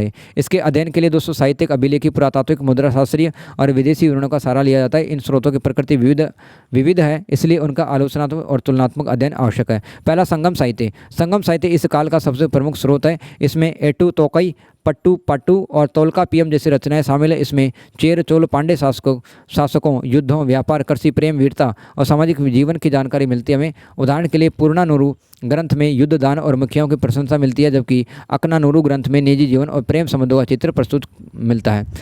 साहित्यिक स्रोतों की सीमाएं, कमियां क्या? संगम कविता राजकीय इतिहास नहीं बल्कि काव्यात्मक रचनाएं। इसमें अतिशयोक्ति बातों को बड़ा चढ़ा के पेश किया जाता है, प्रशस्ति प्रशंसा की जाती है और कल्पना भी मिलती है। अधिकांश कविताएं बाद में संकलित हुई, इसलिए उनकी तिथि और मूल स्वरूप पर वाद विवाद, अतः इन्हें प्रत्यक्ष ऐतिहासिक विवरण मानने के बजाय सामाजिक सांस्कृतिक संकेतों के रूप में पढ़ना चाहिए। अभिलेखीय प्रमाण क्या है? तमिल ब्राह्मी अभिलेख प्रारंभिक ऐतिहासिक दक्षिण भारत के महत्वपूर्ण स्रोत हैं। ये गुफाओं, शिलाओं और मर्द भांडों पर मिलते हैं। मंगुलम, जम्बई, पुगलूर के अभिलेख शासकों, व्यापारियों, जैन भिक्षुओं और दानदाताओं की जानकारी देते हैं। इनसे साक्षरता, दान परंपरा और राजनीतिक पहचान का पता लगता है। पुरातात्विक स्रोत देख लो, अरिकामेडु, कोडुमनाल, करूर, उरेयूर और अलग नकुलम जैसे स्थलों की खुदाइयों से नगरों, शिल्प, मनक का निर्माण, लोहा उद्योग, समुद्री व्यापार के प्रमाण मिले। मेगालिथिक समाधियाँ, महापाषाण काल की जो समाधियाँ हैं जिसपे बड़े बड़े जो पत्थर रखे जाते थे कब्रों पे, वो मेगालिथिक समाधियाँ कहलाती है। इसमें सामाजिक भेद मिलेगा आपको, मतलब बड़े लोगों की कब्रों में अच्छी अच्छी चीज़ें मिलेंगी। युद्ध, संस्कृति, परलोक संबंधी विश्वासों की ओर संकेत करता है। सिक्के और विदेशी विवरण। रोमन सिक्कों को स्थानीय मुद्राओं और मोहरों से व्यापार तथा राजनीतिक सत्ता का ज्ञान होता है। पेरिप्लस ऑफ द एरिथ्रियन सी, इस किताब में दोस्तों और टॉलेमी के विवरण, मुजरिस, कावेरी पट्टनम और दक्षिण भारतीय बंदरगाहों के विदेशी व्यापार की पुष्टि करते हैं। देखो, पेरिप्लस ऑफ द एरिथ्रियन सी, इसका कवि लेखक का नाम मुझे नहीं पता कि ना किताब में लिखा है। और टॉलेमी, हिस्टोरियन टॉलेमी का विवरण है, मुजरिस, कावेरी पट्टनम, दक्षिण भारत के अनेक बंदरगाहों स्थिति बताता है।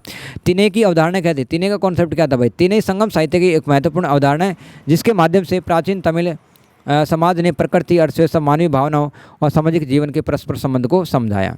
तिने का मतलब क्या होता है? केवल भौगोलिक क्षेत्र नहीं बल्कि ऐसा सांस्कृतिक पर्यावरणीय क्षेत्र है जिसमें भूमि, जलवायु, वनस्पति, जीव जंतु, आजीविका, देवता और मानवीय व्यवहार एक दूसरे से जुड़े होते हैं। जैसे कि अलग अलग तिने थी, तो मैं बताता हूँ भाई। तिने जो है वो संगम साहित्य विशेष रूप में तोलकापियम में 5 प्रमुख तिने बताए गए हैं, जैसे कुरंजी तिने, मुल्लई तिने, मरुतम तिने, नेतल और पालई तिने। प्रत्येक तिने का, तिने मतलब दोस्तों एक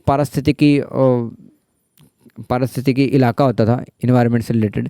तो प्रत्येक तिनई का अपना एक प्राकृतिक परिवेश था, जैसे कहीं पर रेगिस्तान था, कहीं पे तटीय क्षेत्र था, कहीं पे नदी थी, कहीं पे पहाड़ थे। उत्पादन प्रणाली अलग थी, असामाजिक समूह और भावनात्मक विषय अलग था। इससे स्पष्ट होता है कि प्राचीन तमिल समाज ने जीवन को पर्यावरण के अनुसार बांटा था। कुरंजी और मुले देख लो भाई। कुरंजी पर्वतीय क्षेत्र था, यहाँ शिकार, मधु मतलब शहद का इकट्ठा करना, छोटी खेती प्रमुख थी कुरंजी क्षेत्र में। ये तिनई है, कुरंजी तिनई। इसके निवासी शिकारी और पर्वतीय समुदाय थे। संगम प्रेम काव्य में कुरंजी को प्रेमियों के गुप्त मिलन से जोड़ा गया। प्रेमी और प्रेमिका मिला करते थे यहाँ पे पहाड़ों में, ठीक है। और मुल्लई जो है, मुल्लई तिनई वो वन और चारागाह का क्षेत्र था जहाँ पशुपालन मुख्य आजीविका थी। चरवाही समुदाय गाय बैल पालते थे। इससे प्रतीक्षा और धैर्य की भावना से जोड़ा गया क्योंकि पशुपालक लंबे समय तक घर से बाहर रहते थे। मरुतम और नेतल देख लो भाई, मरुतम जो तिनई है वो उपजाऊ नदी घाटी और कृषि क्षेत्र था। यहाँ पर धान चावल की खेती, सिंचाई और स्थायी ग्राम जीवन विकसित था। किसान, भूस्वामी और शासक वर्ग यहाँ पे प्रमुख थे। उदाहरण के लिए कावेरी घाटी को मरुतम क्षेत्र का उत्कृष्ट उदाहरण माना जा सकता है। मरुतम मतलब नदी घाटी वाला इलाका। नेतल क्या था, समुद्र तट वाला इलाका था। यहाँ मछली पकड़ना, नमक बनाना, समुद्री व्यापार प्रमुख व्यवसाय थे। पुहार और मुजरिस जैसे बंदरगाह समुद्री गतिविधियों के केंद्र बने। पालई तिनई की विशेषता देख लो, पालई स्थायी मरुस्थल नहीं था बल्कि सूखे कारण कुरंजी या मूले क्षेत्र के अस्थायी रूपांतरण को दर्शाता है। यानी कि कभी तो पर्वत रहे होंगे यहाँ पर, लेकिन दोस्तों सूखा पड़ गया तो पालई तिनई बन जाती थी। यहाँ कठिन यात्राएं, लूट, संघर्ष और विरह, मतलब प्रेमी और प्रेमिका बिछड़ जाते थे। इसे पर्यावरणीय अस्थिरता और संसाधनों की कमी का संकेत मिलता। सामाजिक महत्व क्या है, तिनई व्यवस्था से पता चलता है कि संगम समाज में पैसे यानी कि प्रोफेशन, जीवन पद्धति और सामाजिक संबंध पर्यावरण से गहराई से जुड़े थे। यह वर्गीकरण कठोर नहीं था बल्कि विभिन्न तिनई क्षेत्रों के बीच व्यापार, आवागमन और सांस्कृतिक संपर्क बने रहते थे। आगे देखो, वर्ण और जाति के संदर्भ में विवाह की बदलती प्रकृति की विवेचना कीजिए। वर्ण और जाति के संदर्भ में विवाह की बदलती प्रकृति। 1 मिनट मैं रेस्ट लेता हूँ, पानी पीता हूँ दोस्तों। लगातार मुझे 50 मिनट हो गए बोलते हुए। अगला सवाल देखो, वर्ण और जाति के संदर्भ में विवाह की बदलती प्रकृति। देखो फटाफट से रीड करते हैं, फिर मुझे बता देना यार। सेकंड वीडियो में बनाऊंगा इसके बाद में जरूर, और थर्ड वीडियो में बनाऊंगा। प्राचीन भारतीय समाज में विवाह केवल व्यक्तिगत संबंध नहीं था बल्कि वंश, संपत्ति, वर्ण, स्थिति और सामाजिक प्रतिष्ठा को बनाए रखने वाली संस्था थी। तो विवाह संस्था के बहुत सारे काम होते हैं, ऐसा नहीं 2 व्यक्तियों का मिलन होता है विवाह, नहीं। संपत्ति, वंश, वर्ण, स्थिति और सामाजिक प्रतिष्ठा डिसाइड होती है शादी से। प्रारंभिक वैदिक काल में विवाह अपेक्षाकृत लचीला दिखाई देता था, किंतु उत्तर वैदिक और धर्मशास्त्रीय काल में वर्ण तथा जाति के प्रभाव से इसके नियम अधिक कठोर होते चले गए शादी के। इस परिवर्तन से सामाजिक श्रेणीकरण और पितृसत्तात्मक व्यवस्था, जहाँ पर मेल डोमिनेंट होता था एक महिला पे, को मजबूती मिली। प्रारंभिक वैदिक काल में विवाह, प्रारंभिक वैदिक काल में वर्ण सीमाएं पूरी तरह से कठोर नहीं थी। विवाह सामान्य परिवार और कुल के भीतर सामाजिक समानता को देखकर किया जाता था, किंतु विभिन्न समूहों के बीच संबंधों की संभावना भी कम हुई। स्त्रियों को पति चयन के कुछ अवसर प्राप्त हुए थे। स्वयंवर जैसी परंपराएं इसका संकेत देती हैं। भाई कितनी बढ़िया व्यवस्था स्वयंवर, मतलब एक लड़की सवाल जवाब करती थी और एक ताकतवर और योग्य मेल को ही वो चुनती थी, सेलेक्ट करती थी। आज अगर स्वयंवर हो जाए तो दोस्तों 90 to 95% जो लड़के हैं वो तो शायद रिजेक्ट ही कर दिए जाए। विधवा विवाह तथा, मजाक कर रहा हूँ, विधवा विवाह तथा नियोग के उल्लेख भी विवाह संस्था की अपेक्षाकृत लचीली प्रकृति दर्शाते हैं। वर्ण व्यवस्था और अंतर विवाह, उत्तर वैदिक काल में 4 वर्णों की व्यवस्था अत्यधिक संगठित हुई। धीरे धीरे अपने ही वर्ण में विवाह को आदर्श माना गया, जिससे वर्ण अंतर विवाह कहा जाता है। ब्राह्मण ग्रंथों और धर्म सूत्रों ने विवाह को धार्मिक कर्तव्य से जोड़कर सामाजिक शुद्धता बनाए रखने का माध्यम बताया। विशेषता है, ब्राह्मण और उच्च वर्ण अपनी प्रतिष्ठा तथा वंश की शुद्धता पर अधिक बल देने लगे। अनुलोम और प्रतिलोम विवाह देख लो। धर्मशास्त्रों में उच्च वर्ण के जो पुरुष थे और निम्न वर्ण की स्त्री के विवाह को अनुलोम विवाह कहा गया। अनुलोम विवाह क्या होता था, मतलब हाई कास्ट का दोस्तों, हाई क्लास फैमिली का एक लड़का और निम्न जाति की एक महिला, उसकी शादी को अनुलोम विवाह कहा जाता था। इसे समित रूप से स्वीकार किया गया, पर उससे उत्पन्न संतान की सामाजिक स्थिति निम्न मानी जाती थी। इसके मतलब उसके बेटे को, मतलब एक हाई क्लास का लड़का और एक लोअर क्लास की एक लड़की, अगर इनसे संतान पैदा होगी तो दोस्तों उसकी बहुत ज़्यादा रिस्पेक्ट नहीं होती थी उस संतान की, उस बेटे की। इसके विपरीत निम्न वर्ण के पुरुष और उच्च वर्ण की जो स्त्री, इसके विवाह को प्रतिलोम कहा जाता था। मतलब हाई कास्ट की, हायर सोसाइटी की दोस्तों एक लड़की और एक लोअर क्लास का एक लड़का, तो दोस्तों इसकी शादी को क्या कहा जाता था, प्रतिलोम शादी। और इसकी अधिक निंदा होती थी, मतलब बहुत क्रिटिसिज्म, बुराई होती थी ऐसी शादियों की। इसे स्पष्ट है कि विवाह नियमों का उद्देश्य पुरुष प्रधान वर्ण व्यवस्था की रक्षा करना था। यानी कि अगर लड़का हाई क्लास का है, मतलब उच्च जाति का है, तो वो तो चलेगी शादी, लेकिन अगर लड़का निम्न जाति का, लड़की उच्च जाति की, तो वो शादी नहीं चलेगी। जातियों के विकास से कठोरता। समय के साथ व्यवसाय, क्षेत्र और समुदाय आधारित अनेक जातियां विकसित हुई। तब विवाह केवल वर्ण के भीतर नहीं बल्कि अपने विशिष्ट जाति और उपजाति के भीतर होने लगा। गोत्र, परवर क्या होता है बताएगा कोई? परवर शायद ही पता होगा, मैं बताता हूँ। जैसे कि भारद्वाज गोत्र का कोई एक लड़का है, शादी करते टाइम है ना, भारद्वाज गोत्र में जो ऋषि मुनि संत हुए हैं उनको वो याद करता है। इस परंपरा को कहा जाता है परवर। और निकट रक्त संबंधों में विवाह निषिद्ध हो गए, प्रतिबंध लग गया निकट रक्त संबंधों में, मतलब सेम ब्लड ग्रुप में नहीं होगी शादी। इस प्रकार जातीय अंतर विवाह और गोत्र बहिर्वाह विवाह साथ साथ प्रचलित हुए। सामाजिक प्रभाव क्या है? इन नियमों ने संपत्ति, पैसे और सामाजिक प्रतिष्ठा को पीढ़ी दर पीढ़ी सुरक्षित रखा, किंतु स्त्रियों की स्वतंत्रता सीमित की। बाल विवाह, विधवा विवाह पर रोक और कन्यादान की बढ़ती महत्ता इसी प्रक्रिया से जुड़ी थी। फिर भी जनजातीय, क्षेत्रीय और लोक समुदाय में विवाह की विविध परंपराएं बनी रही। जाति के विशिष्ट संदर्भ में विवाह की विभिन्न किस्मों की व्याख्या कीजिए। जाति के विशिष्ट संदर्भ में विवाह की विभिन्न किस्में।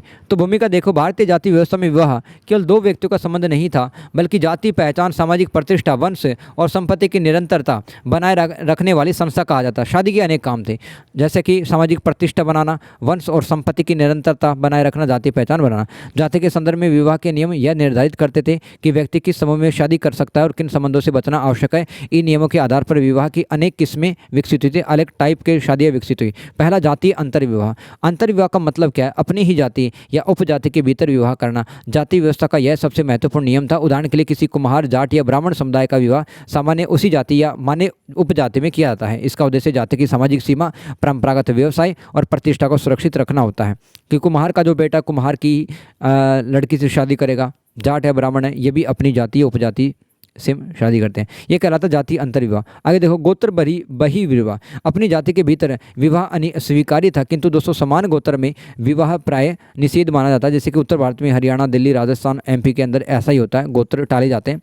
मतलब माता पिता के और दादी के, कई लोग तो नानी के भी टालते हैं। गोत्र को एक समान पूर्वज से जुड़ा माना जाता है, इसलिए एक ही गोत्र के स्त्री पुरुष को भाई बहन समझा जाता है। इसी प्रकार भारतीय विवाह व्यवस्था में जातीय अंतर्विवाह और गोत्र बहिर्विवाह साथ साथ चलते थे। अनुलोम विवाह क्या होता है? जब उच्च वर्ण या उच्च जातीय स्थिति का पुरुष निम्न सामाजिक समूह की स्त्री से विवाह करता है, यानी कि दोस्तों ऊंची जाति का लड़का और निम्न जाति की एक लड़की है, शादी हो जाए तो अनुलोम विवाह होगा।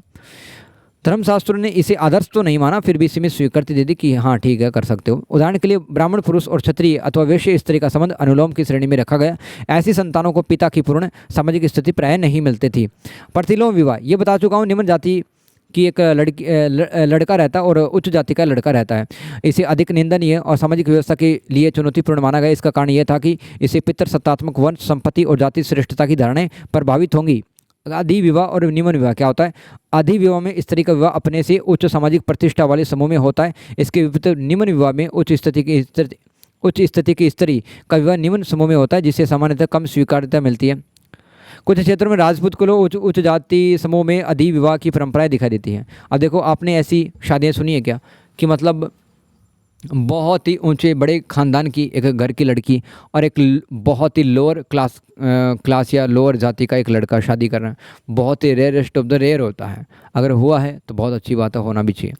विभिन्न स्रोतों के आधार पर विवाह की संस्था का विवेचन कीजिए। विभिन्न स्रोतों के आधार पर विवाह की संस्था का विवेचन कीजिए। भूमिका देखो, प्राचीन भारतीय समाज में विवाह केवल स्त्री पुरुष का निजी संबंध नहीं था, बल्कि परिवार, वंश, संपत्ति, धर्म और सामाजिक प्रतिष्ठा को बनाए रखने वाली महत्वपूर्ण संस्था थी।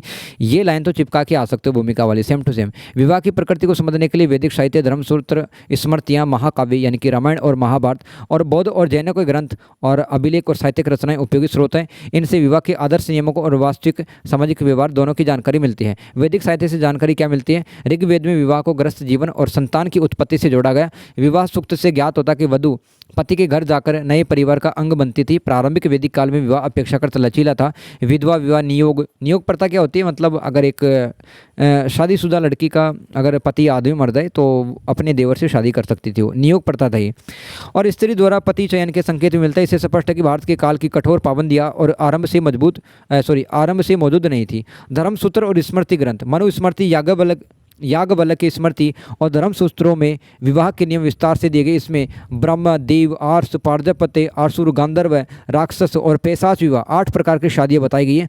ब्रह्म विवाह को श्रेष्ठ माना गया, जबकि पैशाच विवाह की निंदा की गई है। इन ग्रंथों ने, अब ये गूगल कर लेना पैशाच विवाह सब ये क्या होता है, मैं नहीं बताऊंगा। इन ग्रंथों ने जातीय अंतर्विवाह, गोत्र बहिर्विवाह, कन्यादान और पितृसत्ता को धार्मिक वैधता प्रदान की। महाकाव्य और कथाओं का प्रमाण, रामायण और महाभारत ये सब the great epic of India हैं, महाकाव्य हैं। इनमें विविध प्रथा मिलते हैं दोस्तों। सीता का स्वयंवर है ना, सीता अपने पति राम को खुद चुनती है। योग्य रहते हैं इसलिए चुनती है। द्रौपदी का बहुपतित्व है, यानी कि द्रौपदी के अनेक पति रहते हैं। और अर्जुन सुभद्रा का गांधर्व विवाह आदर्श नियमों से अलग सामाजिक व्यवहार के उदाहरण है। इससे इससे ये पता चलता है कि विवाह की वास्तविकता धर्मशास्त्रीय नियमों से अधिक विविध थी, अलग थी। बौद्ध जैन साहित्य जातक कथाएं, गृहस्थ जीवन, प्रेम विवाह, पुनर्विवाह, दहेज और पारिवारिक संबंधों की जानकारी देता है। बौद्ध संघों में स्त्रियों के प्रवेश से यह भी स्पष्ट होता है कि सभी महिलाएं विवाह को जीवन का अनिवार्य मार्ग नहीं मानती थी। मतलब जरूरी नहीं है शादी करना, कुछ तो भिक्षुणी बन जाती थी, बौद्ध संघ में शामिल रहती थी। अभिलेख और क्षेत्रीय साहित्य, अभिलेखों में रानी, माताओं, पत्नियों और दान दात्री स्त्रियों का उल्लेख मिलता है। संगम साहित्य में प्रेम, गुप्त मिलन और विवाह और पारिवारिक जीवन के अनेक रूप मिलते हैं। इससे क्षेत्रीय विविधता और सामाजिक व्यवहार का संकेत मिलता है। लास्ट सवाल सेट 1 का, प्रारंभिक मध्यकालीन समाज पर व्यापक वाद विवादों के विभिन्न विचार बिंदु की चर्चा करें। प्रारंभिक मध्यकाल समाज पर व्यापक वाद विवाद। भूमिका देखो, प्रारंभिक मध्यकालीन भारतीय समाज लगभग 6ठी से 13वीं शताब्दी की प्रकृति को लेकर इतिहासकारों में व्यापक वाद विवाद हुआ। मुख्य प्रश्न यह रही कि क्या यह काल आर्थिक पतन सामंतवाद, सामंतवाद का मतलब क्या दोस्तों, राजा जिसको जमीन देता था वो सैनिक भी रखता था, जमीन से कुछ राजस्व राजा को लौटाया दिया करता था, सामंतवाद ऐसा कहलाते थे। और सामाजिक जड़ता का था, अथवा क्षेत्रीय राज्यों को कर्षक समाज और व्यापार और नए जातियों के विकास का काल था। डिबेट चलता रहता है। विभिन्न इतिहासकारों ने अभिलेखों, भूमि अनुदानों, सिक्कों, मंदिरों और साहित्य के आधार पर अलग अलग विचार प्रस्तुत किए। भारतीय सामंतवाद का दृष्टिकोण देख लो। रामशरण शर्मा, RS शर्मा ने भूमि अनुदानों की बढ़ती संख्या, व्यापार और सिक्कों की कमी और नगरों के पतन को सामंतवाद के उद्देश्य से जोड़ा। उनके अनुसार राजाओं ने ब्राह्मणों, अधिकारियों और धार्मिक संस्थाओं को भूमि के साथ साथ कर वसूली तथा प्रशासनिक अधिकार भी दे दिए। इससे कृषक जो है स्थानीय भूस्वामी के अधीन हो गई, यानी कि जो भूस्वामी सामंत होता था उसके अधीन काम करने लगे किसान, और उनकी गतिशीलता सीमित हो गई। यानी किसान है सिर्फ काम करता ही रहेगा, वो आगे नहीं बढ़ सकता था, दूसरी जमीन पे काम करेगा। उदाहरण के लिए ताम्रपत्रों में भूमि के साथ कृषकों और राजस्व अधिकारियों के हस्तांतरण का उल्लेख मिलता है। सामंतवाद की आलोचना, हरबंश मुखिया। तो दोस्तों हरबंश मुखिया जैसे इतिहासकारों ने यूरोप का जो सामंतवाद था, कहा कि भाई यूरोप का सामंतवाद अलग था, है ना, और यूरोप का सामंतवाद है ना, भारत के सामंतवाद पे थोपा नहीं जाना चाहिए। भारत का सामंतवाद अलग था क्योंकि इसमें जाति व्यवस्था थी।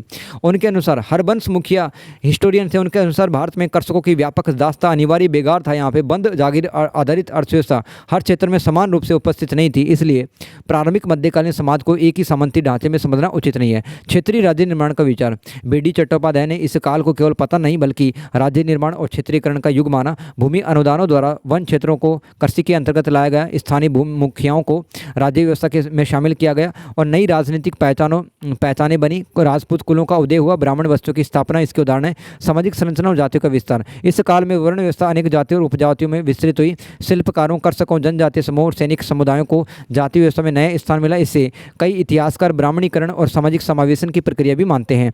काफ़ी सारे लोग शामिल हो गए इसमें, हालांकि इससे सामाजिक असमानता ही बढ़ी। व्यापार और नगरीकरण पर बहस, पहले इतिहासकारों ने व्यापारिक गिरावट पर बल दिया, पर नए अध्ययनों में मंदिर नगरों, बंदरगाहों और बाजार केंद्रों के विकास को रेखांकित किया गया। दक्षिण भारत के चोलकालीन नगर तथा व्यापारिक संघ आर्थिक सक्रियता के प्रमाण है। थैंक यू सो मच दोस्तों।